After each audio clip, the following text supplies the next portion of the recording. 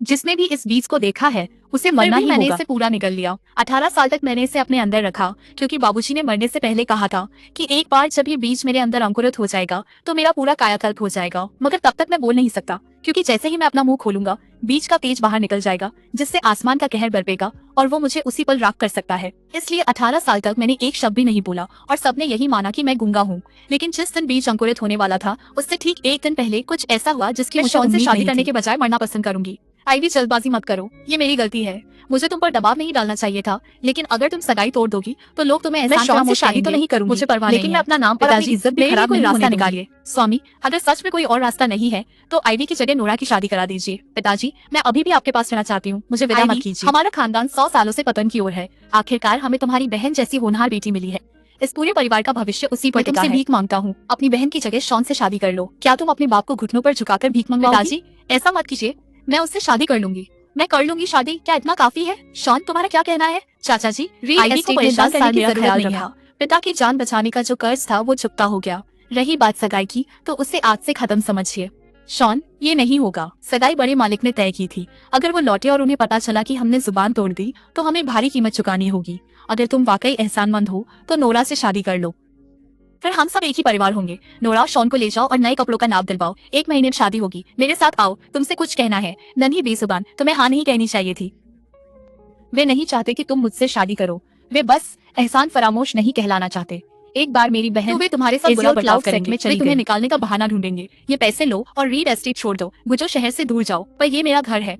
वे चाहे जैसा सलूक करे, मैं नहीं जा सकती। तो फिर जल्दी जाओ, हिचकिचाओ मत। बाहर अजनबियों पर भरोसा मत करना, उनका दिया कुछ मत खाना, पानी मत पीना और किसी बात मत करना। अगर पता चला कि तुम बोल नहीं सकती तो वे फायदा उठाएंगे, समझी? नहीं बेजुबान, अब से तुम्हें मुझे पति कहना चाहिए। तुम बोल सकते हो, तुम बेजुबान नहीं हो। क्या मैंने कभी कहा था कि मैं बोल नहीं सकता? तुम नाटक कर रहे थे, पर क्यों? बाहर बिजली कड़कती है। अचानक ही बिजली कहाँ से कड़की? ठीक 3 साल पहले की तरह। ठीक है, मैं नहीं पूछूंगा। सामान बांधो और जाओ। अगर कोरिन को पता चला कि तुम गूंगे होने का नाटक कर रहे थे तो उसे शक होगा। मैं नहीं जा रहा, मैं तुमसे शादी करूंगा और तुम्हारी हिफाजत करूंगा। बड़ी बातें मत करो, तुम्हारी स्पिरिट रूट कमजोर है। ये चांदी रख लो, ये मेरी तरफ से शगुन है। एड्रियन ने बहुत सादगी में जिंदगी गुजारी और सोना चांदी नहीं छोड़ा, पर उम्मीद है ये पूंजी काम आएगी। मैं अभी कपड़ों का नाप देता हूँ चाची। उस निकम्मे शॉन ड्रेक से कैसे कर सकती है? नोरा और शॉन की शादी इस खानदान के भविष्य का सवाल है। बाकी हर मामले में मैं तुम्हारी बात मान सकती हूँ, पर इसमें नहीं। इस बात पर तमाशा मत खड़ा करो। मैंने बस ये कहा है कि मैं तुम्हें शादी में दखल देने की इजाजत नहीं कहा कि शादी के बाद तुम कुछ नहीं कर सकते। समझ कर सकते हो। शुक्रिया चाची, जाओ अब। कल सुबह जल्दी उठना। मैं तुम्हारे साथ असेसमेंट टावर चलूंगी ताकि तुम्हारी स्पिरिट रूट फिर जांची जाए। एक स्पिरिट रूट, मेरे पास स्पिरिट रूट है। ड्रेक, आज की जांच के लिए तैयार रहो। जो भी हो, घबराना मत। मास्टर ने कहा था कि पिछली बार घबराहट से तुम्हारा नतीजा कम आया था। तुम्हें कम से कम अपर ग्रेड 3 मिलना था, पर तुम्हारी बेचैनी से वो सिर्फ मिड ग्रेड रह गया। 3, बस उस एक ग्रेड के फर्क से मैं तुम्हें परिवार से ज्यादा चीजें नहीं दिला सकी। अगर इस बार तुमने अपर ग्रेड 3 पा लिया तो मैं अपनी पूरी कोशिश करूंगा कि बुजुर्गों को मना सकूं ताकि वे तुम्हें खानदान की तलवारबाजी सीखने की इजाजत दे दे।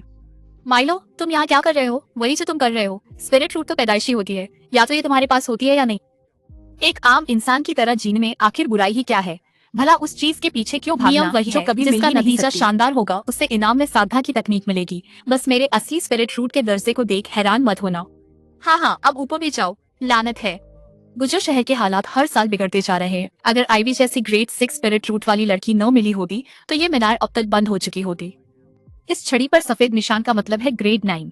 आईवी, तुम एनर्जी रिफाइनिंग के 9वें स्तर पर हो। तुम्हारी उम्र में हमारे शहर में ऐसा पहले कभी नहीं सुना गया। ये क्या है? ये तो इसी मीनार में प्रकट हुआ है। क्या कोई असाधारण स्पिरिट रूट यहाँ आ गई है? मैंने तुम्हारे दादाजी से सुना था, पड़ोस के अजूर क्लाउड शहर में ग्रेड 8 स्पिरिट रूट वाला एक हुनरमंद पैदा हुआ था। जब उसकी जांच हुई तो रोशनी की काली किरण सीधे आसमान की तरफ उठी थी। बिल्कुल वैसा ही जैसा हम देख रहे हैं। 8वीं श्रेणी काली किरण है तो सफेद किरण का मतलब 9वीं श्रेणी ही होगा। मुझे देखना होगा कि ये कौन है।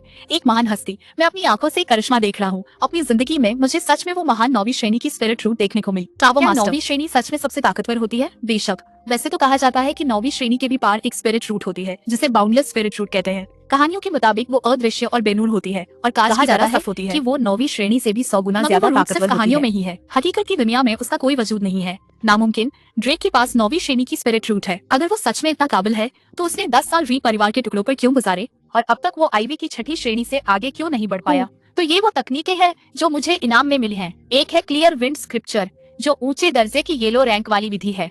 दूसरी है 7 स्टार स्वॉर्ड। इन दोनों तकनीकों जो ऊंचे दिशा की येलो रैंक स्पिरिट वेन के साथ ये तो बहुत ही बढ़िया है। मैं पहले से कहीं ज्यादा तेजी से आगे बढ़ सकता हूँ। ओह, ये तो बस शॉन है। मुझे लगा ड्रेक बाहर आ रहा है। शॉन की जांच में फिर से कोई स्पिरिट रूट नहीं निकली है ना? एक के पास दीवार का 9वीं श्रेणी की रूट है और दूसरे के पास कुछ भी नहीं, बल्कि जमीन आसमान का अंतर है। फिलहाल मैं चुपचाप इन दोनों ऊंचे दर्जे की येलो रैंक तकनीकों का अभ्यास करूंगा। खामोशी से अपनी ताकत बढ़ाना ही समझदारी है। शुक्रिया चाचा, इतने सालों तक मेरा साथ देने के लिए। तुम्हारी उम्मीदों पर खरा उतरा। उसकी रूहानी जड़ 9वें दर्जे की है। इलाइस की किस्मत है कि उसे ऐसा होनहार मिला। नहीं ड्रेक, ऐसा मत करो। तुम 9वें दर्जे के काबिल हो। मैं भला इस तरह के सम्मान के लायक कैसे हो सकता हूँ? पहले तो वो इलाइस के सामने हर बात बहुत सोच समझकर बोलता था। टावर मास्टर, गुर्जों के मालिक और बुजुर्ग उसे देख रहे थे। शॉन, क्या तुम्हें ये मंजूर नहीं? मजाकिया बात है। एक बेकार आदमी जिसकी रूहानी जड़ नहीं, तुम्हें मेरे सामने सिर उठाने का क्या हक है? चाचा इलाइस, मेरी एक गुजारिश है, बेशक कहो, इतनी औपचारिकता की जरूरत नहीं है। नोरा और मैं साथ पले बड़े हैं और मैं उसे किसी बेकार आदमी से शादी करते नहीं देख सकता। मेहरबानी करके नोरा का हाथ मुझे सौंप दीजिए। उसे खुशियाँ और एक असली भविष्य दे सकता हूँ। मैं नोरा का हाथ शॉन को देने का वादा कर चुका हूँ। क्या मैं अपनी जुबान से फिर जाऊँ? क्या मैं वादा खिलाफ बन जाऊँ? अगर मैं कहूँ कि मुझे बीवी चाहिए तो आधे परिवार अपनी बेटियां ले आएंगे और मैं किसी और का दामाद बनूंगा। रीड खानदान के लिए ड्रेक ही इकलौता रास्ता था। अगर उसे खो दिया तो इलायस पूरे खानदान के लिए हमेशा की बदनामी बन जाएंगे। चाचा इलायस, नोरा को खुशियां मिलेंगी या नहीं ये ताकत पर निर्भर है, बातों पर नहीं। मैं सीधे ड्रेक को चुनौती दूंगा। ड्रेक, तुम्हारा क्या ख्याल है? एक बेकार आदमी 9वें दर्जे की रूहानी ताकत को ललकार रहा है। ठीक है, तुम दोनों रीड एस्टेट में पले बड़े हो, इसलिए तुम्हें 9वीं श्रेणी की जड़ से मुकाबला करने का मौका देता हूँ। हारकर भी तुम उम्र भर इस पर गर्व कर सकोगे। 3 दिन है तुम्हारे पास। जो भी एक पूरी परत पार कर लेगा उसे नोरा से शादी करने का हक मिलेगा। मंजूर है। चाचा जी, आप मेरी 9वीं श्रेणी की जड़ को कम आंक रहे हैं। 3 दिन में देख लीजिएगा। छोटे मालिक ड्रेक, मैं विक्टर हूँ। वैंस परिवार आपकी 9वीं श्रेणी की रूहानी शक्ति पर बधाई देता है। हमारे पास देने को और कुछ कीमती नहीं, सो ये 10 ताजा अमृत स्वीकारे। उम्मीद है 3 दिन में आप अपनी दुल्हन जीत लेंगे। 10 शीशियाँ, एक भी कीमती है। वैंस परिवार ने एक साथ 10 दे दी। ये है असली दरिया दिली। अमृत की 10 शीशियाँ, इतना पीकर तो जानवर भी बदल जाए। फिर ड्रेक की 9वीं श्रेणी की जड़ तो चीज ही क्या है। क्या वैंस परिवार अब खुलेआम ड्रेक के साथ है? एक और बात, आज से वैंस की किसी दुकान से शॉन को अमृत नहीं मिलेगा। उम्मीद है तुम्हें इसका पछतावा नहीं होगा। पछतावा बस ये है कि ड्रेक साहब का साथ पाने के लिए तुम जैसे बेकार आदमी को छोड़ने में इतनी देर क्यों की? मुखिया जी, आपने उस नौजवान को नीचा क्यों दिखाया? क्या आपको वो रहस्यमयी रूहानी उस्ताद याद है जो 10 साल पहले अचानक आए थे? हाँ याद है। उन्होंने जो मध्यम दर्जे का अमृत बनाया था उसे थोड़े पैसों और सामान के बदले देकर वो चले गए थे। मुझे डर था कि उसका ये मंझले दर्जे का अमृत हमारे खानदान के मामूली अमृत के पूरे बाजार को निगल जाएगा। हमारे अमृत तो बस मामूली मंझले दर्जे के मुकाबले आधे भी असरदार नहीं है। अगर उसने मंझले दर्जे के अमृत बेचे तो फिर मामूली अमृत कौन खरीदेगा? खानदान की किस्मत रातों रात मिट जाएगी। क्या तुम्हें याद है जब ड्रेक 10 साल पहले गुजो शहर आया था? मुखिया जी, क्या आप ये कहना चाहते हैं? बिल्कुल सही, 10 साल पहले ही तो ड्रेक यहाँ आया था और तभी वो रहस्यमयी सोल मास्टर भी नजर आया था। ये कोई इत्तेफाक नहीं है। आपका मतलब है कि हम ड्रेक की मदद करें और उसके पीछे खड़े उस सोल मास्टर का भरोसा जीत ले? अगर वो हमारा सरपरस्त बन गया तो हमारी पहुंच आसपास के कुछ शहरों से कहीं आगे तक बढ़ जाएगी। मैंने अपनी पूरी जिंदगी बहुत सावधानी से गुजारी है और मेरा कोई भी फैसला कभी गलत नहीं हुआ। मुझे यकीन है कि ये फैसला भी गलत नहीं होगा।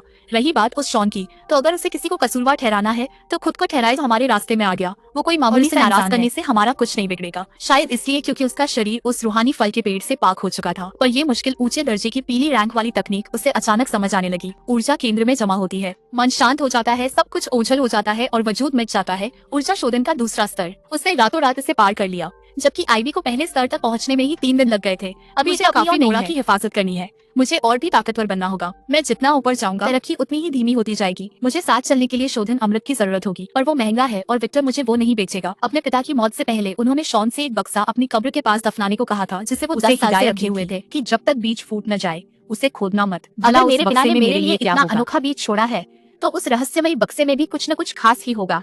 मुझे छोड़ो कोरिन, ये इस महीने की रसद है जो खानदान ने मुझे दी है। इसे मत छीनो। ये मत समझना कि मुझे पता नहीं है। तुम इसे उस बेकार शॉन को देना चाहती हो। तुम चाहती हो कि वो जीत जाए। मेरा मिजाज सपना देखना छोड़ दो। लेकिन शॉन पहले ही बहुत दुख झेल चुका है।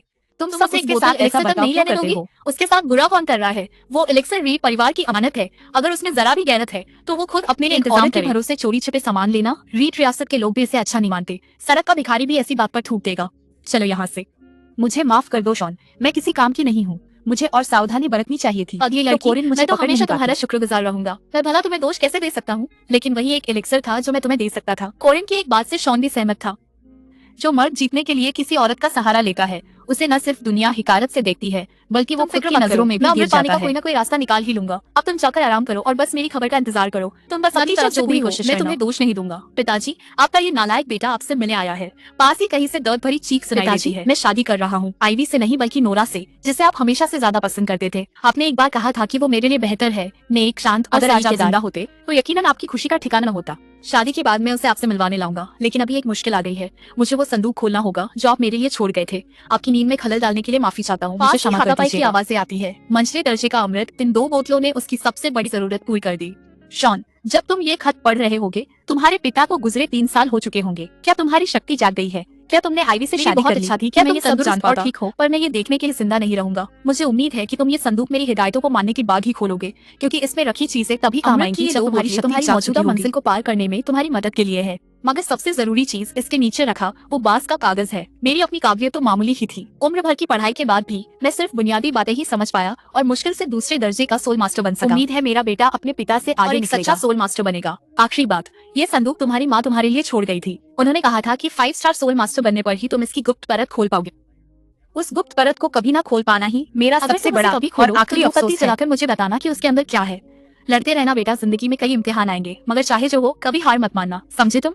पिताजी, मैं वादा करता हूँ कि मैं लड़ता रहूंगा। मैं वादा करता हूँ। वो सुबकता है तो स्क्रॉल के शब्द आंखों से नहीं, रूह से पहचानने थे। उन्हें ना पढ़ पाने का मतलब था कि उसकी रूह औरों से कहीं ज्यादा मजबूत थी, जो उसे एक सोल मास्टर बनने के काबिल बनाती है। वो लंबी सांस छोड़ता है। एनर्जी रिफाइनिंग की तीसरी परत, एक कामयाबी आहट होती है। ग्राहक क्या लेंगे? शायद आप कुछ बेचने आए हैं। ये कारोबार की जगह है। अगर आप ना कुछ खरीद रहे हैं ना बेच रहे हैं, तो फिर आप यहाँ क्यों हैं? ये मिड ग्रेड रिफाइनिंग एलिक्सिर है। 10 साल मैंने नहीं सोचा था कि फिर से मिड ग्रेड एलिक्सिर देखूंगा। जल्दी सब खड़े क्यों हो? इस मेहमान के लिए चाय लाओ, सबसे बढ़िया चाय। चाय रहने दे, मैं इसे सामान के बदले बदलना चाहता हूँ। आपकी दुकान क्या दे सकती है? क्या आप कोई सोल मास्टर है? आप जानना चाहते हैं? मेरी गुस्ताखी माफ करें, मैं कुछ ज्यादा बोल गया। बातें बहुत हुई। ये बताइए आप कितना देंगे? बाजार के हिसाब से मध्यम दर्जे के एलिक्सिर की शीशी 10,000 चांदी के सिक्कों की है और सामान हर सेट के लिए 1,000 का पड़ता है। अगर आपके पास बेचने के लिए और एलिक्सिर है तो मैं आपको सामान के 11 सेट देने का अधिकार रखता हूँ। जहाँ तक कल की बात है, मैं आपसे कुछ छुपाऊंगा नहीं। कल गुजो शहर के एल्केमिस्ट परिवारों की नुमाइश का दिन है। अगर आपके पास कुछ ज्यादा एलिक्सिर हो तो क्या आप उसे नुमाइश में मेरे परिवार हेल खानदान को बेचने के बारे में सोचेंगे? कुछ लोग सपना देख रहे हैं। अगर उन्हें लगता है कि वो यहाँ से मामूली एलिक्सिर शहर में वैंस परिवार के अलावा कहीं और एलिक्सिर नहीं मिलता, ट्रेजर पैविलियन में एलिक्सिर की भीख मांगने आए हो, तुम गलत जगह आ गए हो। उनसे गिड़गिड़ाने के बजाय होगा कि तुम छोटे मालिक ड्रेक से भीख मांगो, मुझसे एलिक्सिर की भीख मांगो। अच्छा होगा तुम मुझसे उसकी जिंदगी के बारे में तो भूल ही जाओ। जब तक मैं विक्टर जिंदा हूँ तुम्हें इसकी एक बूंद तक कभी नसीब नहीं होगी। मामूली एलिक्सिर, इस तो कुत्ता भी नहीं पूछेगा। बेटिया, मामला बिल्कुल वैसा ही है जैसा मैंने बताया। क्या आपने उसकी पहचान का पता लगाने के लिए किसी को भेजा? मेरी इतनी हिम्मत कहाँ? एक सोल मास्टर को सबसे ज्यादा डर इसी बात का होता है कि कोई उन पर नजर रखे। उन्हें नाराज करने का मतलब है पूरे हेल परिवार की बर्बादी। अच्छा है तुमने सही संभाला। उस सोल मास्टर को कुछ फायदा देकर बिना किसी बेअदबी के रिश्ता बनाना होगा। अगर वे एग्जीबिशन में हमें कुछ एलिक्सिर दे दें तो हमारा नाम फैल जाएगा और हम वैंस परिवार के बराबर खड़े हो सकेंगे, जिन्होंने हमें 100 सालों से दबाया है। अगर वो सोल मास्टर हमारी तकदीर बदल सके तो मैं कोई भी कीमत दूंगा। उसे ढूंढो, कोना कोना छान मारो, चाहे जमीन खोदनी पड़े, पर उस नोरा को ढूंढ निकालो। क्या वो खजाना ढूंढने निकल गई है? मिस्ट्री, हाथ पांव मत मारिए वरना गिर जाएंगी और कचूमर निकल जाएगा।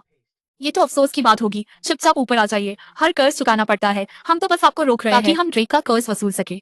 हम कसम खाते हैं चोट नहीं पहुंचाएंगे। उसे ऊपर खींचो, नोरा हाथ नहीं छोड़ेगी। शॉन, माफ करना, इस जन्म में शादी नहीं कर पाऊंगी। मेरे आदमी को मारने की हिम्मत कैसे हुई? अब तुम नहीं बचोगे।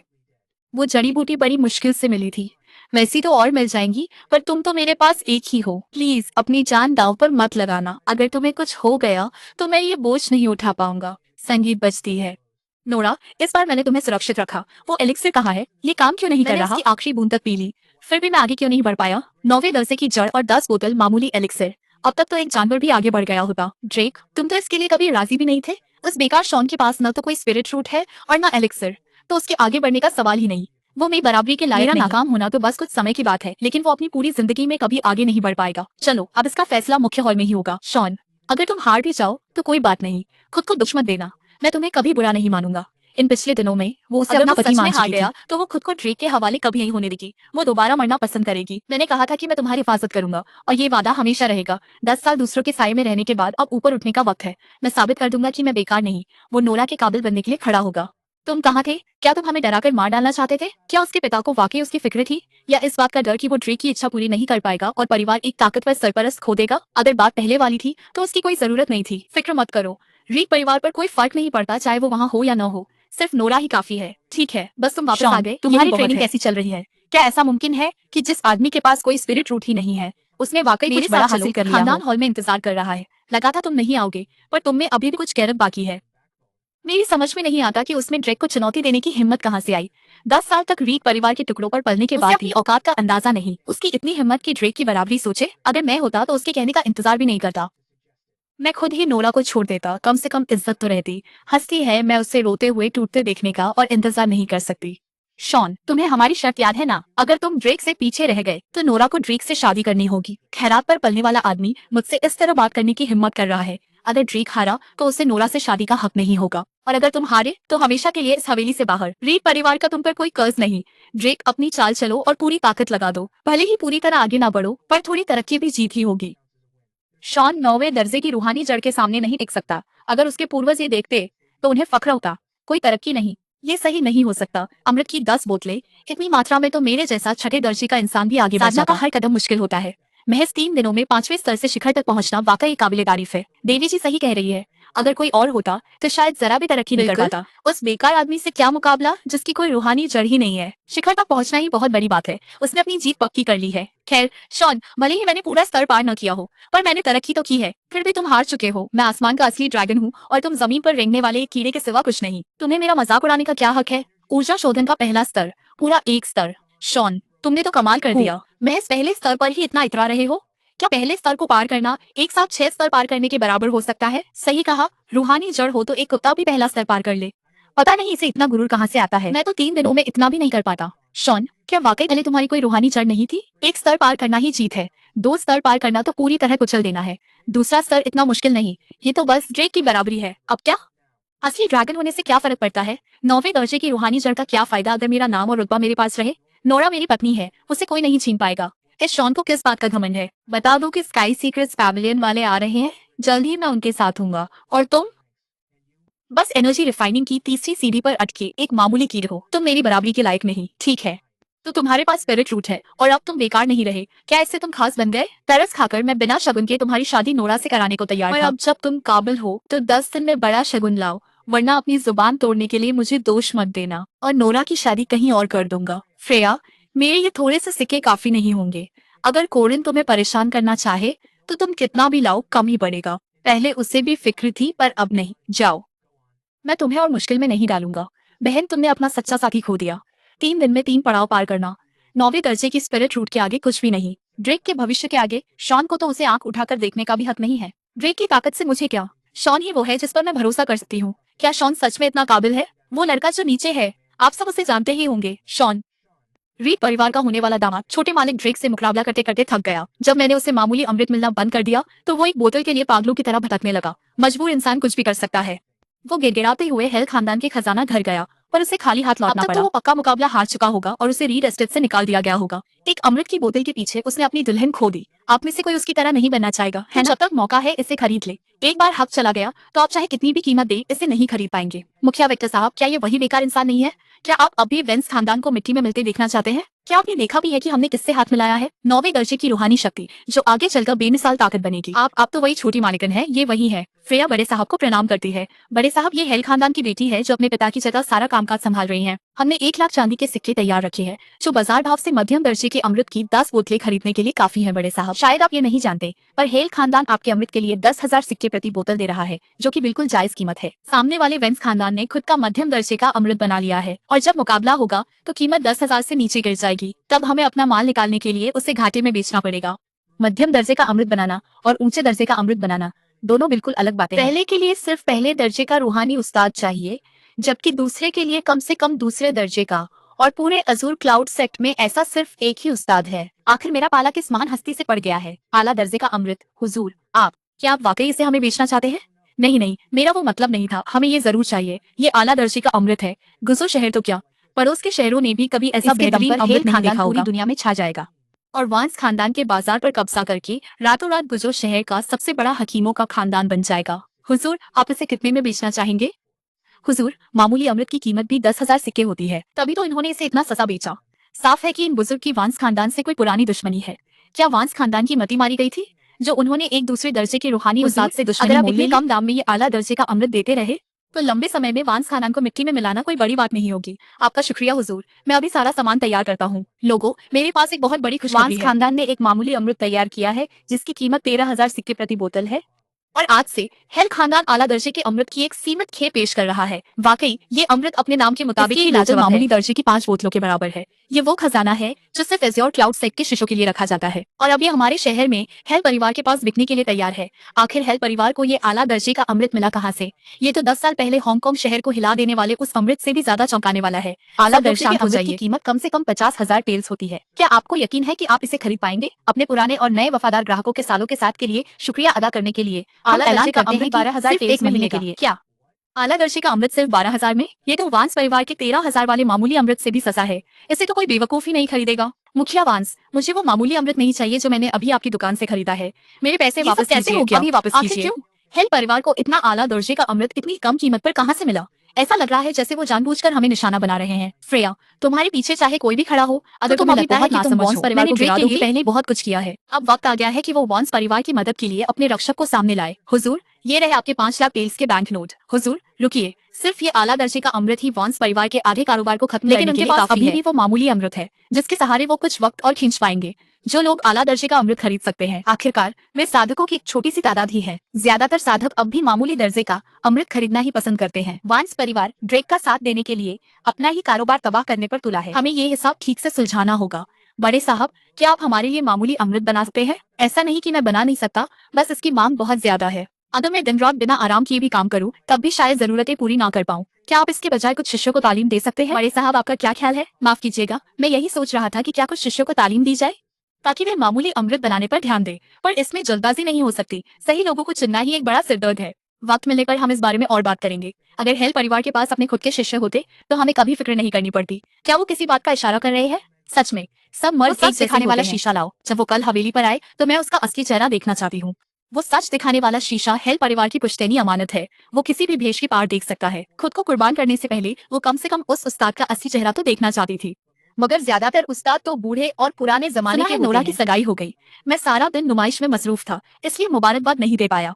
स्टीवर्ट, कल रीड की हवेली जाना। उन्हें मेरी हवेली से यहाँ ले आओ ताकि मैं खुद देख सकूं कि वो कौन सा नौजवान है जिसने गुजो सिटी का दिल जीत लिया है। नोरा और मैं कभी साथ पढ़ते थे। भले ही हमारी हैसियत में जमीन आसमान का फर्क था, पर हमारा मिजाज मिलता था और हमारी खूब जमती थी। मुझे डर है कि आपको निराशा होगी। शॉन है, वही शॉन जो बरसों से रीड परिवार के टुकड़ों पर पल रहा है। क्या उसे गूंगा नहीं होना चाहिए था? और तो और उसके पास स्पिरिट रूट भी नहीं है। क्या तुम्हें यकीन है कि वही है? काफी समय से पूरे शहर में इसी की चर्चा हो रही है।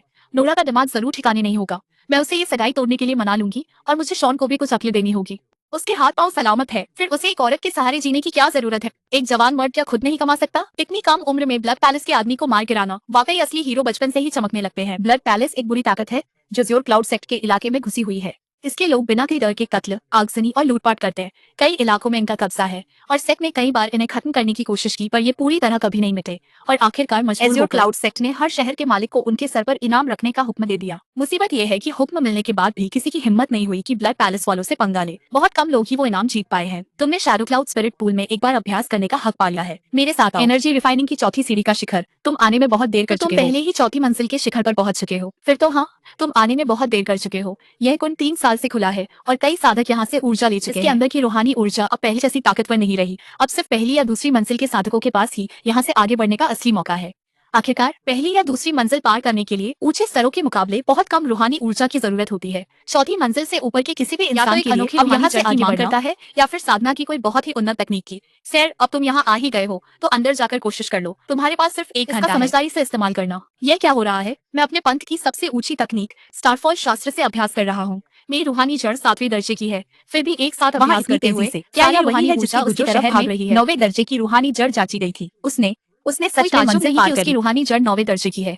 वह किसी भी आम इंसान जैसा नहीं है। चौथी मंजिल के शिखर पर बैठा कोई भी मामूली साधक इतनी कम ऊर्जा में कभी भी मंजिल पार नहीं कर पाता। और मेरी तकनीक के साथ लगता है यह रुकावट मुझे एक बराबरी करने से नहीं रोक पाएगी। उसने 5वीं मंजिल से सीधे 6ठी मंजिल पार कर ली। तो ये है 9वें और 7वें दर्जे की रूहानी जड़ के बीच का फर्क। एक के बाद एक पूरी 2 मंजिलें पार कर ली। 9वें दर्जे की रूहानी जड़ की ताकत हम जैसे आम साधक की कल्पना से परे है, लेकिन यहाँ उसकी भी सीमा आ गई है। 6ठी से 7वीं परत तक पहुंचना स्वर्ग की दहलीज मुझे जैसा इसे है। पार करने में पूरे 10 दिन लग गए थे। वो मेरे 7वें दर्जे से ज्यादा ताकतवर है, ये तो सच है, पर बस थोड़ा सा। इतने कम समय में वो चौथी परत की छोटी से सीधा 7वीं परत तक पहुंच गया। नामुमकिन। 9वें और 7वें दर्जे में सिर्फ 2 दर्जों का फर्क है, फिर ये अंतर इतना बड़ा कैसे हो सकता है? मोहतरमा, आपको परेशान करने के लिए माफी चाहता हूँ। मेरा नाम लूसी है। एक बार मैं तुम्हारे बराबर पहुंच जाऊँ तो अपना हिसाब चुकता करने जरूर आऊंगा। इसे रखो। इसका इस्तेमाल सिर्फ तब करना जब जान पर बनाए। मरने की हिम्मत मत करना। वहाँ खड़े क्या देख रहे हो? यहाँ आओ और मदद करो। स्काई सीक्रेट्स पैविलियन के बड़े लोग आ रहे हैं। शॉन, क्या ताक रहे हो? काम पर लगो। अगर आज तुमने मेरा काम बिगाड़ा तो तुम्हारी 10 जानें भी इसे भरपाई नहीं कर पाएंगी। कैसा निकम्मा बेवकूफ है। आज वो दिन है जब मैं सबसे ऊपर पहुंचूंगा और 9वें आसमान के पार कितने ही लोग इस आखिरी पल में मुझसे जुड़ने के लिए मरे जा रहे हैं और मेरे पास उनके लिए वक्त तक नहीं है। और तुम्हें देखो, तुम्हें यहाँ कुर्सी साफ करने या पोछा लगाने का मौका मिला है और तुम ये भी ढंग से नहीं कर पा रहे। ड्रेक, इस गूंगे के मुंह क्यों लग रहे हो? कुछ लोग नीच ही पैदा होते हैं, यही उनकी किस्मत है। उन्हें कितना भी ऊपर उठाने की कोशिश करो, कोई फायदा नहीं होता। हाँ हाँ हाँ हाँ, खानदान के मुखिया विक्टर साहब, आप बिल्कुल सही वक्त पर आए हैं। यहाँ काम करने वाले सभी लोग सिवाय उस एक इंसान की जो खुद को बहुत बड़ा समझता है। शॉन, अब पछतावा हो रहा है ना? देखो, मामूली दर्जे के अमृत की एक बोतल हाथ से गई। खुशामदीद स्काई सीक्रेट्स पैविलियन के आकाओ। मैं रोलैंड हूँ, स्काई सीक्रेट्स पैविलियन का डिप्टी मास्टर। तुम में से किसके पास 9वें दर्जे की स्पिरिट रूट है? ये नाचीज ड्रेक है। डिप्टी मास्टर रोलैंड को मेरा प्रणाम। अच्छे, बहुत अच्छे। तुम तो बड़े होनहार नौजवान हो। घबराने की कोई जरूरत नहीं है, हम तो एक तरह से पड़ोसी ही है। मेरा जन्म पास ही एमराल्ड वेलोसिटी में हुआ था। 8वें दर्जे की निकली थी, जिसने पूरे पैविलियन को हैरान कर दिया। तुम्हारी स्पिरिट रूट 9वें दर्जे की निकली है, जिसने एक बार फिर पैविलियन को हिला दिया है। ये हमारे बीच का नसीब है। यहाँ आते हुए मैंने वो कहानी कहने की बफीली ताकत तुम्हारे सामने पस्त हो गई और वो रोने पर मजबूर हो गई।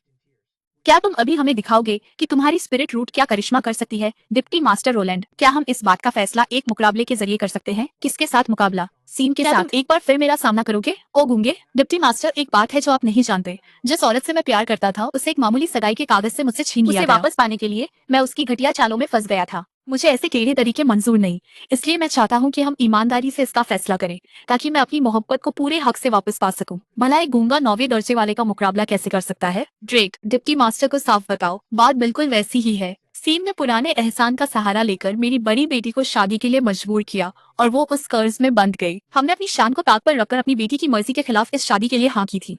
जब मेरे भतीजे ने अपनी 9वीं श्रेणी की ताकत दिखाई और उसे वापस पाने की कोशिश की तो सीन ने बेईमानी से जीत हासिल की। डिप्टी मास्टर साहब, मैं पूरे वेंस परिवार को यही हुआ था। कसम खाकर जरा भी झूठ नहीं है। क्या तुम्हें ड्रेक का सामना करने और अपनी मोहब्बत के लिए अपनी असली ताकत से लड़ने की हिम्मत है? क्या तुम्हें इस बात का फैसला हमेशा के लिए करने का दम है? ठीक है, तो फिर शुरू करते हैं। आज मैं सीन को अपने पैरों तले रौंद दूंगा और अपनी चीज वापस ले लूंगा। मैं सबको दिखा दूंगा कि 9वीं श्रेणी की रूहानी जड़ कितनी ताकतवर होती है। कोई बेवकूफ ही होगा जो 9वीं श्रेणी की रूहानी जड़ को ललकारने की जुर्रत करेगा। सामने इतनी अकड़, इस आदमी को खुद पर कुछ ज्यादा ही गुमान है। अच्छा, तो 9वीं श्रेणी की रूहानी जड़ बस इतनी सी ही है? ड्रेक, क्या तुम वहाँ कुछ ज्यादा ही लापरवाह नहीं थे? छोटे मालिक ड्रेक, आप अपने 10 साल पुराने रिश्तों की वजह से अपनी चौकसी कम नहीं कर सकते। मास्टर रोलैंड साहब देख रहे हैं, क्या तुम सच में 9वीं श्रेणी की रूहानी जड़ के मालिक हो? अगर तुमने मुझे धोखा दिया है तो क्या तुम जानते हो कि इसका अंजाम क्या होगा? डिप्टी मास्टर रोलैंड साहब, मेरी गुजारिश है कि मेरे भतीजे को एक और मौका खाकर कहता हूँ। मैंने सच में उसकी 9वीं श्रेणी की रूहानी जड़ की जांच की थी। अभी बस मैंने उसे कम आंकने की गलती कर दी थी। मैं अपनी असली ताकत साबित करने के लिए दोबारा लड़ने को तैयार कहना है? वो मुझे हरा नहीं सकता। सीन, उस धोखे से किए गए हमले से कुछ साबित नहीं होता। क्या 9वीं श्रेणी की रूहानी जड़ बस इतना ही कर सकती है? इसकी फिर से जांच कीजिए, सिर्फ इसलिए कि मैं 2 बार हार गया। क्या आप मेरी रूहानी जड़ को पूरी तरह नकार देंगे? ठीक है, तो फिर मैं आप सबको ये साबित करके दिखाऊंगा कि रूहानी जड़ क्या कर सकती है। इलियास, मैं पूरे रीड परिवार को अपने साथ ऊपर ले जाना चाहता था ताकि हम सब कंधे से कंधा मिलाकर आगे बढ़े, लेकिन चूंकि आप सबने मुझ पर शक किया है तो अफसोस कि अब आपका परिवार मेरे साथ आगे बढ़ने के लायक नहीं रहा। ड्रेक, मुझे आप पर भरोसा है, मुझे आप पर यकीन है। तुम ही हो जिसने हमेशा मेरा साथ दिया है।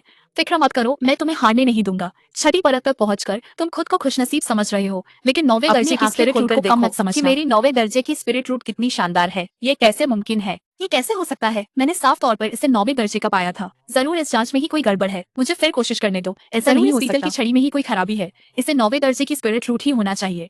लगता है कि इस छड़ी में कोई खराबी नहीं है। असल में गड़बड़ तुम्हारे नतीजे में है। ड्रेक, शायद उस मीनार की छड़ी ही खराब रही होगी। यहाँ 9वें दर्जे की स्पिरिट रूट नहीं है। गुजो सिटी के हिसाब से तुम्हारा तीसरा दर्जा भी काफी अच्छा है। यहाँ सबसे बेहतर आईवी ही है जिसकी स्पिरिट रूट 6ठे दर्जे की है। मैं उससे सिर्फ 3 दर्जे पीछे हूँ। ये बुरा नहीं है। किसने कहा कि गुजो सिटी में 9वें दर्जे की स्पिरिट रूट नहीं है? ये तुम नहीं हो। असल में 9वीं श्रेणी की जड़ का वजूद है। 9वीं श्रेणी की जड़ सच में होती है, बस वो मैं नहीं हूँ। गुक्सु शहर में वाकई 9वीं श्रेणी की रूहानी जड़ है। क्या ये मीनार की कोई खराबी नहीं थी? कोई नहीं बता सका कि मीनार की पीतल की छड़ी ने एक मामूली साधक को 9वीं श्रेणी की रूहानी जड़ कैसे बता दिया, मगर गुजो शहर में वाकई एक असली 9वीं श्रेणी की रूहानी जड़ थी। एज़्योर क्लाउड सेक के मालिक की बेटी। लूसी उससे मिली थी और माना कि वो उसकी बराबरी नहीं कर सकती। उसने अपनी निशानी उसके पास छोड़ी थी और उसने कभी उसे दिखाया नहीं, तो उसे कैसे पता चलता? उसे ढूंढने के लिए उसे वापस बुलाना होगा। मैं भी जानना चाहता हूँ कि आखिर ये 9वीं श्रेणी की रूहानी जड़ कौन है। अपनी उम्मीदें काबू में रखो। ये 9वीं श्रेणी की रूहानी जड़ खास है। अपनी 6ठी श्रेणी की जड़ भूल जाओ। मेरी 8वीं श्रेणी भी उसके सामने कुछ नहीं है। अगर तुम्हें कभी उससे मिलने का मौका मिले तो उसे अपनी जिंदगी की बड़ी खुशकिस्मती समझना। अगर 8वीं श्रेणी भी पीछे है तो मेरी 6ठी श्रेणी की क्या हिसाब? वो जरूर इंसानों में कोई फरिश्ता होगा जिसका इस दुनिया में कोई सानी नहीं। क्या तुम्हें 9वीं श्रेणी की रूहानी जड़ को हराने पर गर्व है? ड्रेक ने सालों से अभ्यास नहीं किया। उसका ध्यान कहीं और रहा। उसकी बुनियाद कच्ची है और उसकी तलवारबाजी मुकम्मल नहीं हुई।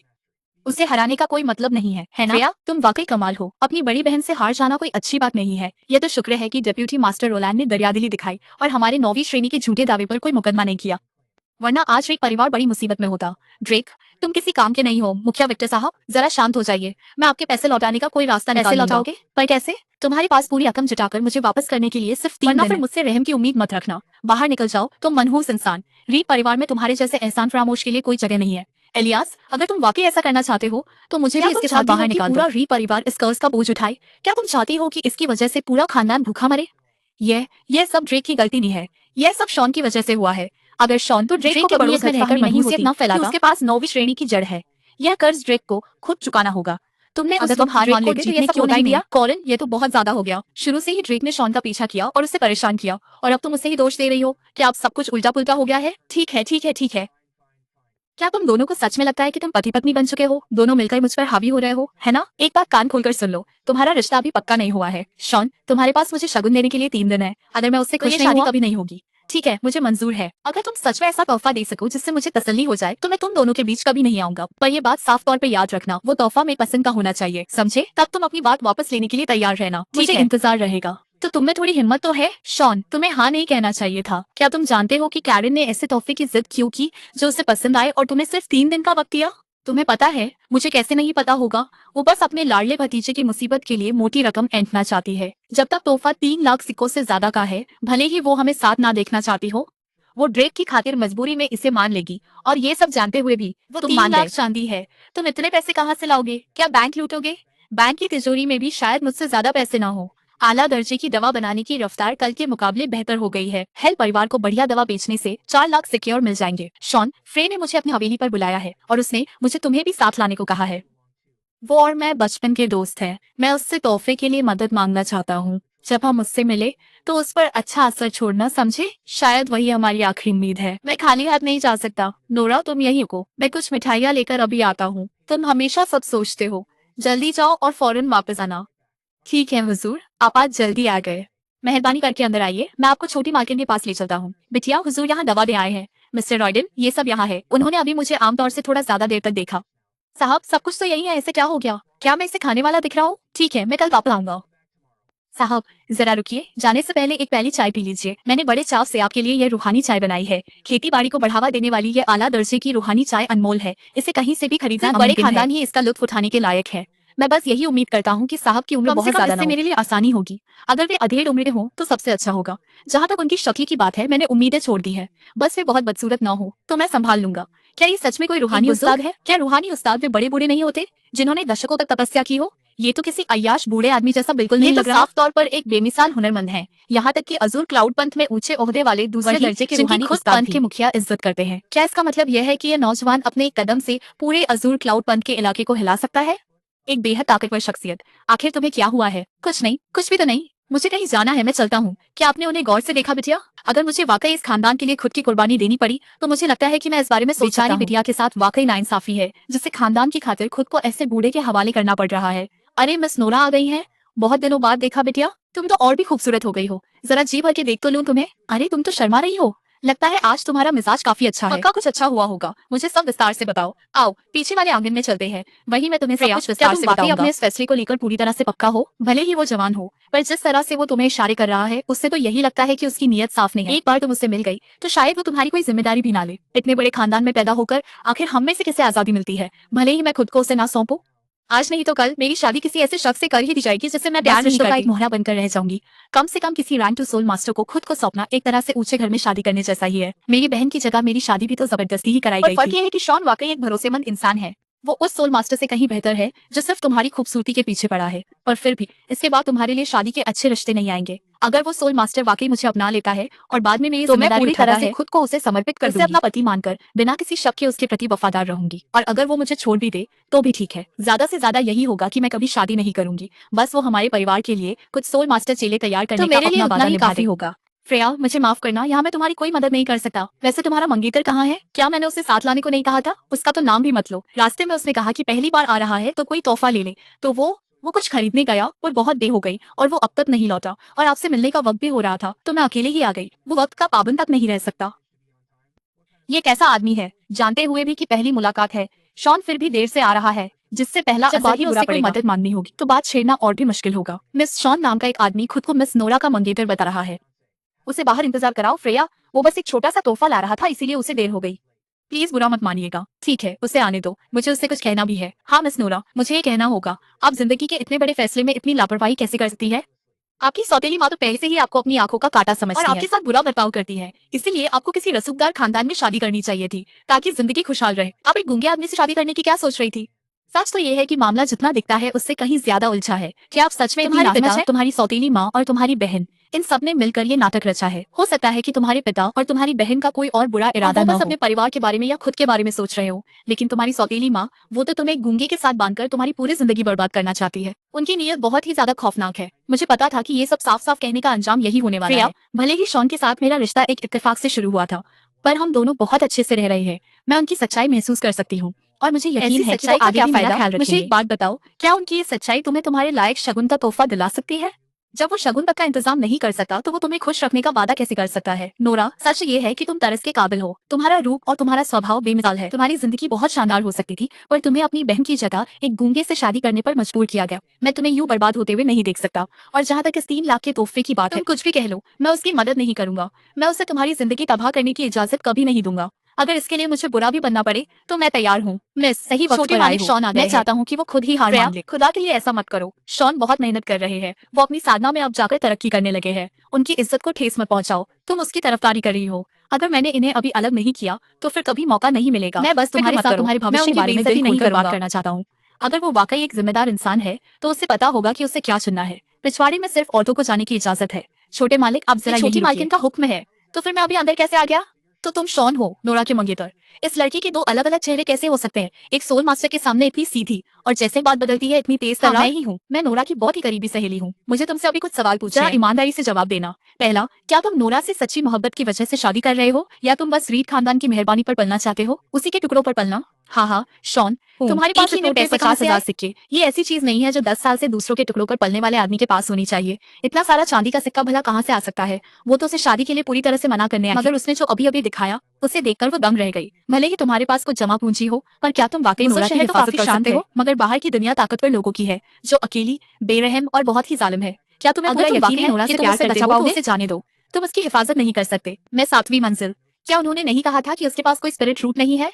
शायद वो इतने दिनों से चुपचाप मेहनत कर रहा था और ज्यादा ही किसी को पता नहीं चला। तो क्या हुआ अगर तुमने थोड़ी बहुत ताकत हासिल कर ली है? तुम असल में नोरा को क्या किसी बड़े खानदान में होती तो उसके पास हर तरह की सुख सुविधा और ताकत बढ़ाने के हर तरह के तरीके होते। क्या तुम्हारे पास साधन और बेहतरीन तकनीकी ही किसी बड़े खानदान की बुनियाद होती है? और तुम जैसे मामूली इंसान के पास वो कभी नहीं हो सकती। क्या उसने उसे इतना गुस्सा दिला दिया कि उसने हार मान ली और छिड़कर चीजें तोड़ने लगा? अगर बहुत जरूरी न हो तो मैं भी किसी को बिना वजह चोट नहीं पहुंचाना चाहता हूँ। शॉन, मैं जानबूझकर तुम्हें निशाना नहीं बना रहा। बस बात यह है कि नोरा की किस्मत पहले ही बहुत खराब रही है। तुम उसे आजाद कर दो ताकि वो उस आदमी से शादी कर सके जिसके वो लायक है। अगर तुम इस सगाई को छोड़ने के लिए तैयार हो तो मैं तुम्हें मुआवजे में कुछ आला दर्जे का अमृत देने को तैयार हूँ। क्या तुम्हें यह मंजूर है? आला दर्जे का अमृत? उसे ये कहाँ से मिला? आला दर्जे का अमृत सिर्फ हेल खानदान ही बेचता है, और वो भी हर इंसान को सिर्फ 1 बोतल। ये मुमकिन ही नहीं कि कोई एक साथ 5 बोतलें खरीद ले जब तक कि उसने अपनी जगह दूसरों से न खरीदवाया हो। लगता है इस आदमी के पास वाकई में काफी पैसा है। फिर भी 5 बोतलों से उसका काम नहीं चलेगा। कहीं ये भी कोई साधना की तकनीक तो नहीं? क्या एक ऊंचे दर्जे की सोवरेन रैंक तकनीक? यहाँ तक कि गुजर शहर के सबसे बड़े खानदान के पास भी वो जिस बेहतरीन तकनीक की उम्मीद कर सकते हैं वो ज्यादा से ज्यादा मछले दर्जे की ही होगी। और फिर भी शॉन ने नोरा को खुद की एक ऊंचे दर्जे की तकनीक दे दी। ये वो कीमती चीज है जो कोई बड़ा खानदान भी कभी नहीं दे सकता। मैं हेल खानदान की बेटी हूँ, मैंने ऐसी बेइज्जती कभी नहीं सही। अभी यहाँ आओ, मैं देखना चाहती हूँ कि क्या तुम मेरे सामने भी इतनी अकड़ दिखाओगे। फ्रेया बस करो, हमने सिर्फ बात करने को कहा था, फिर ये लड़ाई कैसे शुरू हो गई? रोको मत, आज मैं इसे सबक सिखाऊंगी। ठहरो, ये क्या है? एक सोल मास्टर सीनियर? शॉन, वो बेकार आदमी, वो गूंगा जिसकी बदनामी पूरे गुजर शहर में है। ये बिल्कुल उस रैंक टू सोल मास्टर जैसा कैसे दिख रहा है? नहीं, ये दोनों एक ही हैं। ये वही आदमी है। शॉन ही शुरू से वो रहस्यमयी सोल मास्टर सीनियर रहा है। फ्रेया, गुस्सा मत हो। शॉन, देखो तुमने उसे कितना दुखी किया है, माफी क्यों नहीं मांगते? एक रैंक टू सोल मास्टर मुझसे माफी मांगे? नहीं, मुझसे गलती हुई, मैंने अपनी हद पार की। लगता है शॉन जानबूझकर अपनी असली पहचान सबसे छुपाता आ रहा था। यंग मास्टर शॉन बैठिए। इससे क्या हुआ? उसे देखते ही ये बदल कैसे गई? अभी तो वो उसे सबक सिखाने की बातें कर रही थी, फिर अचानक इतनी इज्जत क्यों? यंग मास्टर शॉन, नोरा ने मुझे बताया कि री परिवार की मालकिन सगाई के तोहफे को लेकर अब दोनों को परेशान कर रही है। नोरा और मैं बरसों से गहरे दोस्त हैं, तो जाहिर है मैं हाथ पर हाथ धरे नहीं बैठ सकती। सिक्के भिजवाती हूँ, उम्मीद है इससे मदद होगी। अभी कुछ देर पहले तो फ्रेया ये नहीं कह रही थी, उसने साफ कहा था कि वो मदद नहीं करेगी और हमें अलग करने की कसम खाई थी। मैंने तो मदद मांगी भी नहीं थी, और अब वो खुद ही ये सब पेश कर रही है। छोटे सरकार शॉन, जरा नाश्ता तो लीजिए। छोटे सरकार शॉन, ये गुल ए दाऊदी हेल खानदान में 100 सालों से चली आ रही है। पूरे शहर में ये अपनी तरह की इकलौती चीज है। दरअसल हेल खानदान के इतिहास में एक गहरा राज छिपा हुआ है। ने कभी किसी महान उस्ताद की जान बचाई थी और बदले में उन्हें कीमियागिरी का एक पुराना नुस्खा मिला था। फ्रेया, जितने सालों से हम एक दूसरे को जानते हैं, तुम कभी मेरे लिए इतनी मेहरबान नहीं रही। तुम्हें अचानक क्या हो गया है? लगता है फ्रेया सच में तुम्हारे प्यार में पड़ गई है। ऐसी बेतुकी बातें मत करो। मैंने आज से पहले उसे किसी मर्द की इतनी परवाह करते कभी नहीं देखा, और शुरुआत में तो वो तुम्हारे लिए कितनी तल्ख थी, लेकिन जैसे ही उसने तुम्हारी असलियत देखी, वो पूरी तरह बदल गई। अगर पहली नजर का प्यार नहीं है, तो फिर और क्या है? तुम्हें लगता है कि फ्रेया एक अच्छी जीवन साथी है, तो मैं उसे ही दोष नहीं दूंगी। खानदान, रुतबे, हैसियत और ताकत में फ्रेया हर लिहाज से मुझसे कहीं आगे है। अगर तुम मुझसे शादी करते हो तो तुम्हें बेशुमार फायदे मिलेंगे, और रीड खानदान की इन रोज रोज की मुसीबतों से भी छुटकारा मिल जाएगा। मेरे लिए जो भी हो वो अलग बात है, लेकिन क्या मुझे ये बताने की जरूरत है कि मैं तुम्हारे लिए क्या महसूस करता हूँ? मेरे सबसे बुरे वक्त में तुमने ही मुझे बचाया था। उस एहसान को चुकाने में मैं अपनी पूरी आला दर्जे की दवा मैंने तुम्हें दी है, उसे चुपचाप इस्तेमाल करो। इसमें कोई कंजूसी मत करना। मेरे पास दर्जे की और भी बहुत है, पूरी लगन से अभ्यास करना। हालांकि वो चाहता था कि उसे सबसे बेहतरीन अमृत भी दे दे, लेकिन ऐसा करने से उसके रूहानी उस्ताद होने की पहचान जाहिर होने का डर था। इसलिए फिलहाल यही तय किया कि उसे आला दर्जे की दवा देना ही सुरक्षित होगा। मैं अपनी पूरी जान लगा दूंगी, और फ्रेया के वादे के मुताबिक वो सगाई की रकम बढ़ाने में हमारी मदद करेगी। शुक्र है, आखिरकार अब चिंता की कोई बात नहीं रही। जरा जल्दी आओ। छोटे मालिक जूलियन साहब से याद है? ये छोटे मालिक जूलियन, देखो जूलियन, ये यहाँ कैसे? पिताजी, छोटे मालिक जूलियन अजूर क्लाउड सेक्ट से अपनी चोट का इलाज कराने लौटे हैं, और उन्हें इत्तेफाक से पता चला कि आपकी शादी नहीं हुई है, इसलिए वो आज यहाँ। मंगेतर पहले से है। छोटे मालिक जूलियन, मेहरबानी करके अपने ये शगुन के तोहफे वापस ले जाइए। मंगेतर, तुम्हारा मतलब उसने अब तक शगुन का एक भी तोहफा दिया है? और अगर दिया भी होता तो क्या वो कभी छोटे मालिक जूलियन की बराबरी कर पाता? क्या तुम्हें अंदाजा भी है कि इस तोहफे की कीमत कितनी है? पूरे 5 लाख चांदी के सिक्के। क्या शॉन कभी इतना खर्च कर पाएगा? आखिर उसके पास फ्रेया से शादी करने के लिए क्या रखा है? और 5 लाख कोई ऐसी चीज नहीं है जिसे तुम रातों रात पैदा कर सको। तो असल में देखा जाए तो क्या तुम भूल गए कि तुम अभी भी किसी और के टुकड़ों पर पल रहे हो? अगर तुम्हें ठीक से सुनाई नहीं दिया तो मैं फिर से कह देता हूँ, ये 5 लाख का शगुन है। 5 लाख कोई 5 सिक्के नहीं है। जिस आदमी की जेब में 5 फुटी कौड़ी न हो, उसे इस तरह जुबान चलाने का कोई हक नहीं है। जरा शॉन की गुस्ताखी को माफ कर दीजिए। आखिरकार अपनी मंगेतर के पीछे किसी और मर्द को पड़ा देखना बर्दाश्त करना मुश्किल होता है, तो चिढ़कर बोलना तो लाजमी है। फिर भी शॉन, मैं साफ साफ कहूंगा, इंसान को अपनी औकात पता होनी चाहिए। आईने में अपनी सूरत देखो और पूछो कि क्या तुम नोरा के लायक हो? जो आदमी एक तोहफा तक नहीं दे सकता, उसे शादी के सपने देखने का हक नहीं है, और ना ही उसकी ये नादानी अब तक एक औरत की दलीलों से कहीं ज्यादा एक मर्द की असली ताकत मायने रखती है। शॉन वाकई तुम्हारे काबिल नहीं है। चाचा जी, चाची जी, आप क्या कहते हैं? अगर आप राजी हो तो ये शगुन कबूल कीजिए और शादी की तारीख तय करते हैं। शॉन, कुछ बोलो। इतनी बड़ी रकम, 5,10,000 सिक्के, ये नकली तो नहीं हो सकते? वो सच में इतने सारे नोट ले आया। शॉन, आखिर तुम्हारा मतलब क्या है? क्या मेरा मतलब अभी तक साफ नहीं हुआ? तुम्हारी हिम्मत कैसे हुई नोरा पर हक जताने की? तुम्हारे पास 5,10,000 सिक्के होना एक बात है, मगर वो सब दे देना बिल्कुल दूसरी बात है। मिस नोरा के लिए अपनी दौलत लुटा देना दिखाता है कि वो तुम्हारे लिए कितनी अहमियत रखती हैं। 5,10,000 सिक्के अब भी काफी नहीं है। मैंने कहा था कि तोहफा मुझे पसंद आना चाहिए, सिर्फ मुझे, और मैं खुश नहीं हूँ। क्या समझे? शॉन, तुम आखिर किस ऐसा कह रहे हो जिसने कभी असली पैसा ना देखा हो? क्या तुम्हें जरा भी शर्म नहीं बची? एक पूरे घर की इज्जत होकर तुम सरेआम किसी मामूली औरत की तरह तमाशा कर रहे हो। शॉन, तुम्हारे पास सिर्फ 2 दिन बचे। अगर तुम ऐसा तोहफा नहीं ला सके जिससे मैं खुश हो जाऊं, तो नोरा से शादी करने का ख्वाब भूल जाना। तुम्हें किस बात का इतना घमंड है? मैं गुजो शहर के तीसरे सबसे बड़ी खानदान का चश्म, ओ चिराग और एज़्योर क्लाउड सेक का शागिर्द। क्या तुम जैसे एक मामूली इंसान से कम हो? मैं 2 दिन बाद फिर से रिश्ता लेकर आऊंगा, बस देखते जाओ, नोरा मेरी होकर रहेगी। चलो यहाँ से। शॉन, अपनी खैर मनाना। स्टर्लिंग एस्टेट वापस जाकर बहुत कुछ तय करना था। एक रैंक टू सोल मास्टर हूँ। अगर ये सच भी है तो भी मैं उसे पछताने पर मजबूर कर दूंगा। अपने साथ वापस के लिए आए, ये तो हद हो गई। दूसरों के टुकड़ों पर पलने वाला एक मामूली आदमी मेरे होनहार बेटे से एक औरत के लिए मुकाबला करने की जुर्रत कर रहा है। जूलियन, तुम फिक्र मत करो, ये सिर्फ एक मामूली तोहफा ही स्टर्लिंग तो है, खानदान है की ना? दौलत और तुम्हारी माँ रसूख के खुद आगे सब कुछ क्या संभाल एक लेगी। अनाथ को लगता है कि वो मुनीम जी, हमसे मेरे लिए मुकाबला कुछ कर तोहफे पाएगा? तैयार कीजिए।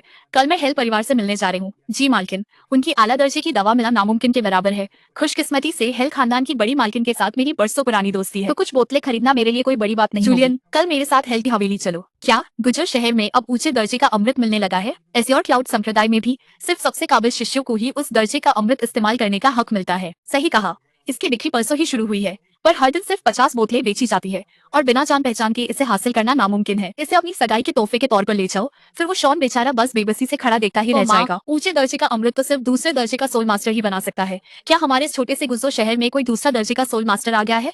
ये मजाक मुझे अगर आप जरा भी मुझसे पसंद नहीं पूछे आया। तो किसी ने आप सबको बेवकूफ बनाया है। क्या आप समझते हैं कि दूसरे दर्जे के सोल मास्टर की क्या अहमियत होती है? अगर एज़्योर क्लाउड संप्रदाय के तो वो मुखिया उनका को भी सम्मान सम्मान करने करने के लिए हजारों मील का सफर तय करके आएंगे। ऐसी महान हस्ती हमारे जैसे छोटे से गुजो शहर में भला कैसे हो सकती है? खैर, ये सच है या झूठ, कल देखते ही मुझे सब पता चल जाएगा। शॉन, आखिर हमारे लिए हर चीज इतनी मुश्किल क्यों होती है? पहले ड्रेक ने तुम्हें मुझसे छीनने की कोशिश की और उसे हराने के बाद अब ये सगाई के तोहफे की नामुमकिन शर्त आ गई। शुक्र है कि फ्रेया मदद के लिए तैयार थी, पर अब अचानक कोई और भी ऊंचे रुतबे वाला सामने आ गया है।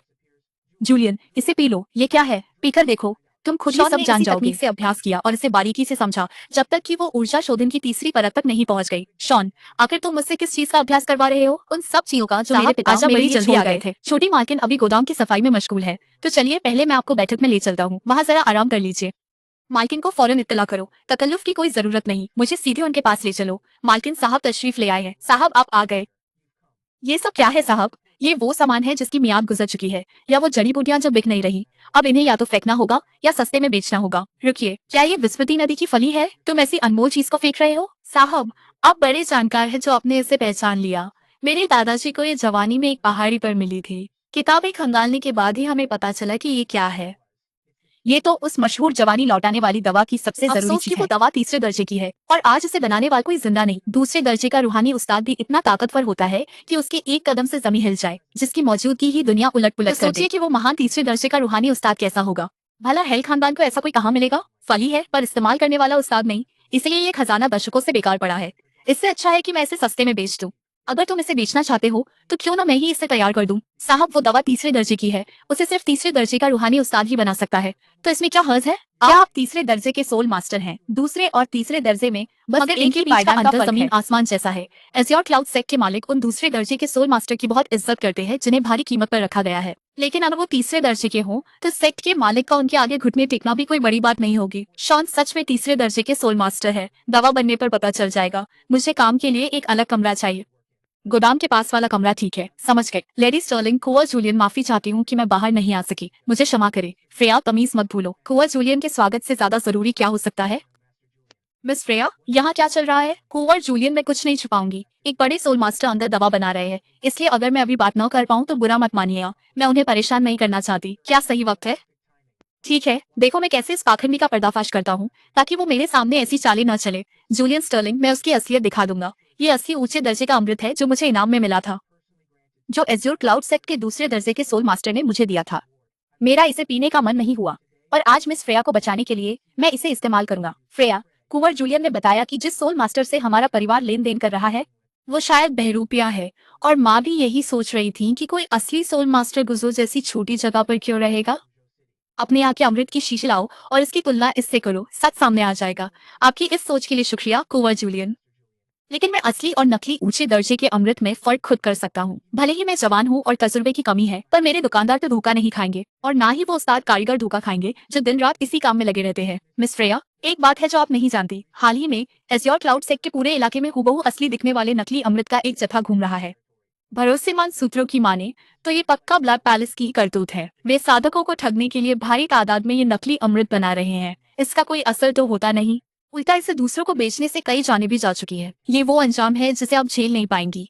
मिस फ्रेया, इस ढोंगी उस्ताद ने जो अमृत बनाया है उसकी एक बोतल लाइए और मेरे असली अमृत से उसकी तुलना कीजिए, फिर सच अपने आप सबके सामने साफ हो जाएगा। तुम अभी हिचकिचा क्यों रही हो? तुम्हारे पिता बिस्तर पर बहुत बीमार पड़े हैं और तुम जरा सी भी चूक बर्दाश्त नहीं कर सकती। आखिर हम इनकी तुलना कैसे करेंगे? ये स्नो स्पिरिट ब्लॉसम का बीज है। ये रूहानी ताकत को लेकर बहुत संवेदनशील है और अक्सर अमृत के दर्जे को सही सही परखने के लिए इस्तेमाल होता है। बस इस पर अमृत की एक बोतल डालिए और ये जितनी रूहानी ताकत सोखेगा उसी हिसाब से इसकी ऊंचाई भी बढ़ेगी। उससे हम अमृत के असली दर्जे का सही फैसला कर सकते हैं। जाहिर है अगर अमृत नकली हुआ तो बीज पर कोई असर नहीं होगा। अगर मिस फ्रेया को और कुछ नहीं पूछना तो चलिए शुरू करते हैं। मिस फ्रेया, ये तो शुक्र है कि मैं बिल्कुल सही वक्त पर यहाँ आ गया। हेल खानदान अभी इस दलदल में ज्यादा गहरा नहीं छोटे धंसा मालिक है। जूलियन, अभी आपका हालात बहुत को पूरी शुक्रिया, तरह वरना सुधारा जा हमारा सकता परिवार है तो बर्बाद हो जाता। हमारे खानदान पर आपका ये एहसान बहुत बड़ा है। मेहरबानी करके इस बुढ़िया को झुकने की इजाजत दीजिए। माफ कीजिए, आप बहुत फ्रेया नीच हैं। और मेरी पहली मुलाकात में ही दोस्ती हो गई थी और मैं उसे परिवार की बर्बादी का सबब बनते नहीं देख सकता था। फ्रेया, इसीलिए मैंने मदद जल्दी की। जूलियन का शुक्रिया अदा करो। शुक्रिया छोटे मालिक, ये कोई तरीका नहीं। श्रेया, इन्हें जरा बाग की सैर करा लाओ। रुको, ये हिला, बीच हिला, सच में हिला। ओहो, सिर्फ हिलने से कुछ साबित नहीं होता, इसमें रूहानी ताकत का अंश है। लेकिन माँ, ये तो असली आला दर्जे का अमृत है। 3 इंच मतलब 3 इंच, ये वाकई में असली अमृत है। उन्होंने झूठ नहीं बोला। ये कैसे मुमकिन है? एज्योर क्लाउड सेक्ट के इलाके में कोई दूसरा रैंक 2 सोल मास्टर कैसे हो सकता है? क्या ऐसा हो सकता है कि ये आला दर्जे का अमृत काले बाजार से आया हो, जिसे सेक्ट से ही चुराया गया ये हो? अभी बढ़ रहा है, 3.5 इंच। क्या इसका मतलब ये है कि हमारे परिवार को जो अमृत मिला है, वो और भी सोल मास्टर ज्यादा वाले से भी बेहतर है? जूलियन, क्या तुमने ये नहीं कहा था कि हेल परिवार का सोल मास्टर धोखेबाज है? फिर उसका बनाया हुआ अमृत ना सिर्फ असली, बल्कि सेक्ट के अमृत से भी ज्यादा असरदार कैसे है? अगर वो वाकई में रैंक 2 सोल मास्टर है भी, तो इसका मतलब ये नहीं कि वो हमारे सेक्ट वाले से बेहतर है। हमारे पंथ के सोल मास्टर सीनियर जंग के मंझे हुए खिलाड़ी हैं। हो सकता है कि इस बार उनकी किस्मत चमक गई हो और ये दवा पहले से थोड़ी बेहतर बन गई हो, बस इतनी सी बात है। ये क्या है? ये तो रूप निखारने वाली गोली जैसी है, मगर इसकी खुशबू तो पहले सूंघी हुई किसी भी चीज से कहीं ज्यादा उम्दा है। यहाँ तक कि हमारे सबसे बेहतरीन नुस्खे भी इस महक के आगे फीके और मामूली लगते हैं। सीनियर ने एक बार कहा था कि दवा जितनी ऊंचे दर्जे की होगी, वो जितनी अच्छी तरह से पकेगी, उसकी खुशबू उतनी ही गहरी और तेज होती जाएगी। प्रिया, आखिर ये क्या बन रहा है? उन्होंने कहा था कि वो जवानी लौटाने वाली गोली बनाएंगे, जो सफेद बालों को फिर से काला कर देती है और चेहरे पर पुरानी चमक ले आती है। फ्रेया, बकवास मत करो। वो तीसरे दर्जे की दवा है जिसे इस पूरी दुनिया में कोई नहीं बना सकता। वो दवा जो सिर्फ कहानियों में है। किसी भी औरत के लिए, खासकर ढलती उम्र की औरतों के लिए, एक ऐसी कशिश शक्ति है जिसे रोक पाना नामुमकिन है। सीनियर ने फॉरगेटिंग रिवर बीन ली थी और कहा था कि वो इससे जवानी लौटाने वाली गोली बनाएंगे। उन्होंने वादा किया था कि सामान के बदले वो मुझे गोली देंगे। बस अभी ये नहीं पता कि वो तैयार है या नहीं। क्या सच में उन्होंने तुमसे वादा किया है? बहुत खूब मेरी बेटी, तुमने तो अपनी माँ को जिंदगी का सबसे बड़ा तोहफा दे दिया। खानदानी कारोबार तुम्हें सौंपना वाकई मेरा सबसे सही फैसला था। जब उसके पिता बहुत बीमार पड़े और खानदान ने फ्रेया को कारोबार संभालने को कहा, तब उसकी माँ ही सबसे पहले इसके खिलाफ थी। उन्हें लगा कि फ्रेया अभी बहुत छोटी है और घर की बड़ी होने के नाते ये जिम्मेदारी उन्हें मिलनी चाहिए थी। लेकिन चूंकि उन्होंने कभी घर के कामों के बाहर कदम नहीं रखा था, इसलिए खानदान को डर था कि वो ये बोझ नहीं उठा पाएंगी और उन्होंने जोर दिया कि फ्रेया ही कमान संभाल। अब जवानी लौटाने वाली सिर्फ एक गोली की खातिर उसकी माँ के तेवर पूरी तरह बदल चुके थे। फ्रेया, मेरी बच्ची, क्या तुम अपनी चाची को भी एक दिलवाने में मदद नहीं करोगी? मैं इसकी कोई भी कीमत चुका दूंगी। ऐसे नहीं है जिनसे मैं बस यूं ही कुछ मांग सकूं। मैं बस आपकी तरफ से उनसे पूछ सकती हूँ कि क्या वो आपको एक बेचने के लिए तैयार है? मेरी बच्ची, तुम्हारी चाची तुम पर ही भरोसा कर रही है। बस तुम मेरी तरफ से उनसे बात कर लेना, फिर चाहे बात बने या न बने। कंगन अब तुम्हारा है। नहीं, मैं इसे नहीं ले सकती, ये बहुत कीमती है। जवानी लौटाने वाली ये गोली सगाई के तोहफे का एक अच्छा हिस्सा बनेगी। बाकी बची 2 गोलियों में से एक फ्रेया को मिल जाएगी और दूसरी बेची जा सकती है। हालांकि इसकी असली कीमत अनजानी थी। बुजुर्ग, काम कैसा रहा? ये आपकी है, इसमें कोई शक नहीं कि ये वही गोली है, वैसी ही जैसी उसके दादाजी ने कभी कागज पर बनाई थी। उसने इसे कई बार देखा था और ये बिल्कुल वैसी ही थी। फ्रेया को शक नहीं था, अगर उसने अपनी माँ को मना किया तो उनका रिश्ता वही खत्म हो जाएगा। बेहतर होगा कि तुम खुद बुजुर्ग से पूछ लो, क्योंकि अब ये गोली तुम्हारी है तो तुम तय कर सकती हो। बुजुर्गवार, क्या मैं पूछ सकता हूँ, क्या आपके पास कुछ और जवानी लौटाने वाली गोलियां हैं? बुजुर्गवार, ये लेडी स्टर्लिंग है, इनका बेटा एज्योर क्लाउड सेक्ट का शिष्य है। क्या आप उनके लिए गोली देने की कृपा करेंगे? यहाँ एक ऐसा शख्स खड़ा था जो तीसरे दर्जे की गोली बनाने की काबिलियत रखता था, जो उनके तीसरे दर्जे के रुतबे का पक्का दर्जे का एक ऐसा बेमिसाल सोल मास्टर, जिसके सामने एज्योर क्लाउड सेक्ट के दूसरे दर्जे के सोल मास्टर को भी सिर झुकाना पड़ता और खुद को उनका शिष्य कहना पड़ता। इतनी असीम ताकत वाली शख्सियत जब सामने खड़ी हो, तो अगर वो ये मौका गंवा देती तो वो ताउम्र साधना की दुनिया के सबसे निचले पायदान पर रहने के ही लायक होती। आपको क्या चाहिए बुजुर्गवार? मैंने हमेशा से सोल मास्टर के रास्ते की इबादत की है। मैं स्टर्लिंग खानदान की पूरी दौलत न्योछावर करने को तैयार हूँ, बस अगर आप मुझे अपना शिष्य बना ले। मैं जानती हूँ ये अर्जी अचानक है, पर आप जैसे तीसरे दर्जे के सोल मास्टर के लिए एक मुलाकात भी किसी करिश्मे से कम नहीं, और आपसे एक लफ्ज बात करना भी आधी जिंदगी की कमाई के बराबर है। अगर अभी ना बोली तो शायद फिर कभी मौका ना मिले। तुम इसके काबिल नहीं। क्या तुम्हारा दिमाग ठिकाने नहीं है? क्या तुम्हें अपनी औकात पता है? तुम्हारी हिम्मत कैसे हुई उनके जैसे एक रैंक 3 सोल मास्टर का चहेता बनने की? हमारे छोटे से परिवार को उनसे रिश्ता रखने का कोई हक नहीं है। यहाँ तक कि एज्योर क्लाउड सेक्ट के मालिक भी उनके जैसे रुतबे वाले इंसान के सामने घुटने टेक देंगे, और इस सेक्ट का एक मामूली सा चेला उनके पास जाकर उनका शागिर्द बनने की जिद कर रहा है। बिल्कुल बेवकूफ लग रहे हो। सीनियर, मैं माफी चाहता हूँ, मेरे बेटे ने अभी दुनिया नहीं देखी है, मेहरबानी करके इसे माफ कर दीजिए। जहाँ तक उस जवानी लौटाने वाली दवा का सवाल है, क्या आप कोई रास्ता निकाल सकते हैं? ये एहसान करके हमें बस एक और गोली बेच सकते हैं? मुझे पूरा यकीन है कि लेडी स्टर्लिंग आपकी मुंह मांगी कीमत अदा करेंगी। सिर्फ इन बातों से ही मुझे पता चल गया कि फ्रेया को दिया मेरा 1 लाख का कंदन बेकार नहीं गया। जवानी लौटाने वाली वो गोली उम्मीद से कहीं ज्यादा मशहूर हो रही थी। पूरे गुइज़ो शहर की दो सबसे बड़ी रईस औरतें, मैडम लू और मैडम झांग, इसके पीछे पागल हो चुकी थीं। सच तो ये है कि एक गोली अभी भी बची है। हालांकि मुझे इसकी सही कीमत का अंदाजा नहीं है। अगर दाम ज्यादा हुआ तो लेडी स्टर्लिंग का नुकसान होगा और अगर कम हुआ तो मेरा हम ऐसा नुकसान करते हैं, होगा। एक खुली नीलामी रखते हैं। जो सबसे ऊंची बोली लगाएगा गोली उसकी होगी। फ्रेया, मैं इंतजाम की जिम्मेदारी तुम्हारे परिवार पर छोड़ता हूँ। हम जवानी लौटाने वाली गोली जैसे की कोई बात कर मामूली रहे सा हैं खिलौना और हो, तुम अगर इसे ये ऐसे कहीं उछाल टूट रहे गई हो। तो? सोचिए कितना बड़ा नुकसान होगा। आप बेफिक्र रहिए सीनियर, हम ऐसी शानदार नीलामी करेंगे कि पूरा शहर हिल जाएगा। आखिर ये एक ग्रेड 3 की गोली है और वो भी जवानी लौटाने वाली, जो बहुत ही कम मिलती है। गोली लगनी शुरू हुई तो पूरे शहर में हंगामा मचना तय था। कम से कम गुइज़ो शहर की हर रईस औरत का चैन तो छिन ही जाएगा और वो चैन से खानदान का रुतबा बढ़ाने का ये सबसे बेहतरीन मौका था। अगर बात सच में गोली लगाने पर आई तो इस बात का कोई भरोसा नहीं कि वो गोली उसे ही मिलेगी। बाहर खड़ी वे औरतें जो जवानी लौटाने वाली गोली के लिए पागल है, शायद उसके लिए अपने पति और बेटों तक का सौदा कर देंगी। हुजूर, मैं बूढ़ा हो गया हूँ। मालकिन, आज ये जवानी लौटाने वाली गोली मैं खुद खाऊंगा। हाँ हाँ हाँ हाँ हाँ। तो ये है जवानी लौटाने वाली गोली की असली ताकत। जाओ, फौरन हवेली चलो और एक एक कौड़ी का इंतजाम करो। चाहे जो भी हो, मैं वो गोली जीत कर रहूंगी। जहां तक नोरा को अपने बेटे की बहू बनाने की बात थी, जो कभी उसकी सबसे बड़ी प्राथमिकता थी, उसे तो वो अब पूरी तरह से भुला चुकी थी। मैं वापस आ गया। शॉन, क्या तुमने खबर सुनी? हेल खानदान जवानी लौटाने वाली गोली की नीलामी कर रहा है और गुजो शहर की हर रईस औरत इसके पीछे पागल हो गए। मैंने सुना है कि शहर के मालिक की पत्नी ने भी कह दिया है कि वो इसे हर हाल में हासिल करेंगी और इस बात पर उनकी अपने पति से भी जबरदस्त बहस हो गई है। ये खबर पूरे शहर में फैल चुकी है और सच कहूँ तो जवानी लौटाने वाली इस गोली का जादू ही कुछ ऐसा है। क्या तुम्हें भी एक चाहिए? मैं तो ऐसी उम्मीद भी नहीं कर सकता। जब इतनी रईस औरतें इसके पीछे हों तो मेरा क्या चांस होगा? मैं तो बस अपने पिता के बारे में सोच रहा था कि कैसे उन्होंने रीड परिवार को जोड़े रखने में अपनी जान लगा दी और वो कितने बूढ़े हो गए हैं। तुम्हें भी मौका जरूर मिलेगा। झूठी बातों से मत बहलाओ, ये मेरी पहुंच से बाहर है।